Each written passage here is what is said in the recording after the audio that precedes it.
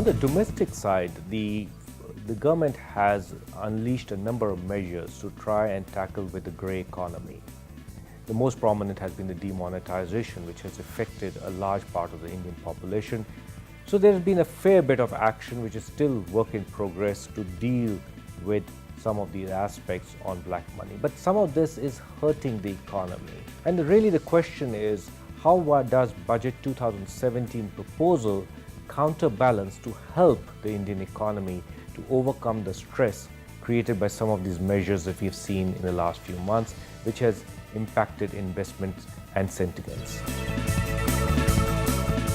We do expect that there will be a fair set of proposals that will still come in on the income tax side in the budget proposals of 2017. Some of these would deal with how the tax rates are going to be reduced. Some of it is going to deal insofar as the initiatives on black money are concerned. But there will also be some amount of initiatives in trying and expanding the initiatives on base erosion. For example, the union government had tried to bring in an equalization levy last year on certain digital advertising revenues.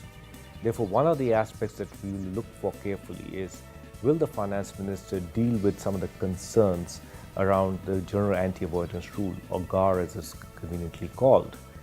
Will he deal with some of the issues which have hampered investment by way of indirect transfer rules? And will he deal with some of the draft proposals on the place of effective management?